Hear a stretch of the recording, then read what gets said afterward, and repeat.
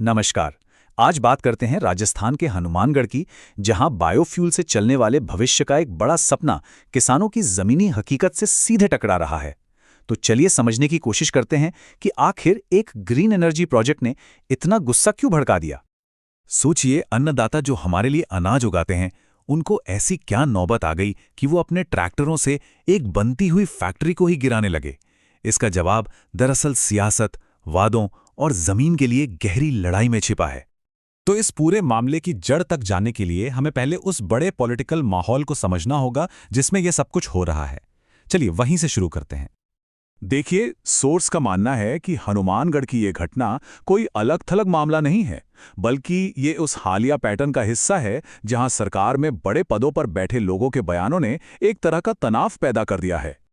इसके लिए सोर्स कुछ उदाहरण भी देता है, जिनकी वजह से सरकारी नीतियों पर और भी बारीकी से सवाल उठने लगे हैं। और इसी बहस के माहौल में एक खास पॉलिसी और उसके सबसे बड़े समर्थक सामने आते हैं। तो चलिए अब सीधे उस पॉलिसी पर आते हैं जो इस पूरे विवाद की जड़ है, और उस मंत्री पर जिनकी इस नीति में बहुत गहरी दिलचस्पी है। नितिन गडकरी, जिन्हें सोर्स एथेनॉल एक्सपर्ट तक कहता है, वो सालों से एथेनॉल को पेट्रोल के एक विकल्प के तौर पर आगे बढ़ा रहे हैं। उनका विजन एक ऐसे भारत का है जो तेल के आयात पर कम निर्भर हो, साफ ईंधन का इस्तेमाल करे, मतलब एक ऐसा लक्ष्य जो उनके मुताबिक पूरे देश के लिए अच्छा है।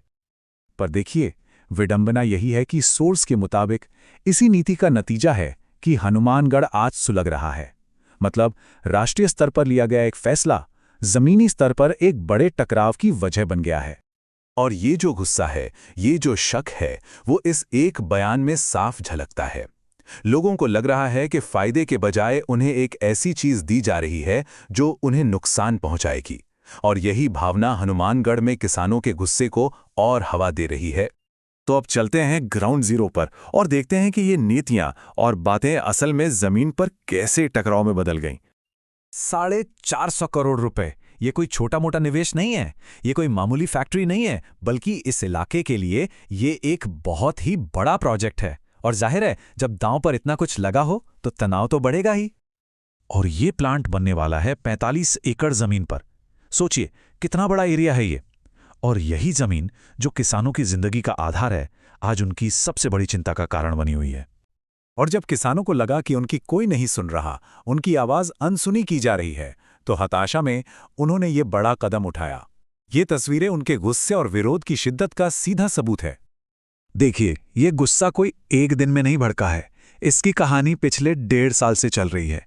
जो एक शांतिपूर्ण विरोध के तौर पर शुरू हुआ था, वो धीरे धीरे बढ़ता गया और आज एक ऐसे मोड़ पर आ गया है जहां करोड़ों का कंस्ट्रक्शन पूरी तरह से ठप पड़ा है। तो इस लड़ाई में जाहिर है दो पक्ष हैं, और दोनों की अपनी अपनी दलीलें हैं। एक तरफ किसानों के डर हैं, तो दूसरी तरफ कंपनी के वादे। और यहीं पर इस पूरे टकराव की जड़ छिपी है। एक तरफ है किसान, जिन्हें डर है कि उनका सबसे कीमती संसाधन यानी जमीन के नीचे का पानी खत्म हो जाएगा और उनकी जमीन जहरीली हो जाएगी। तो दूसरी तरफ है कंपनी, जो जीरो लिक्विड डिस्चार्ज जैसे बड़े बड़े वादे कर रही है। मतलब फैक्ट्री का सारा गंदा पानी साफ करके दोबारा इस्तेमाल किया जाएगा, और साथ ही रोजगार और विकास का सपना भी दिखा रही है। ये सिर्फ हितों का टकराव नहीं है, ये दो अलग अलग दुनियाओं का टकराव है। तो ये कंपनी कौन है? इसका नाम है डैन इथेनॉल प्राइवेट लिमिटेड, जो इथेनॉल इंडस्ट्री में एक बड़ा नाम माना जाता है। और ये सवाल ही इस पूरी लड़ाई का निचोड़ है। किसानों के लिए ये सिर्फ जमीन या पानी का मुद्दा नहीं है, ये उनके जीवन और उनकी आने वाली पीढ़ियों के भविष्य का सवाल बन गया है। तो अब हम आ गए हैं एक ऐसे मोड़ पर जहां मामला पूरी तरह से अटक गया है। दोनों पक्ष आमने सामने हैं और कोई भी पीछे हटने को तैयार नहीं दिख रहा। तो अभी की स्थिति ये है कि 450 करोड़ का ये बड़ा प्रोजेक्ट ठप पड़ा है और किसानों का धरना जारी है। गांव में एक अजीब सा तनाव भरा सन्नाटा पसरा हुआ है, जिसे साफ महसूस किया जा सकता है। और आखिर में ये पूरा मामला सिर्फ आंकड़ों का नहीं बल्कि भरोसे का बन जाता है। किसानों का सरकारी और कॉरपोरेट वादों से भरोसा उठ चुका है। उनका अपना तजुर्बा उन्हें बताता है कि कागज पर लिखी बातें जमीन की हकीकत तक पहुंचते पहुंचते अक्सर दम तोड़ देती हैं। और ये हमें एक बहुत बड़े सवाल पर लाकर छोड़ देता है।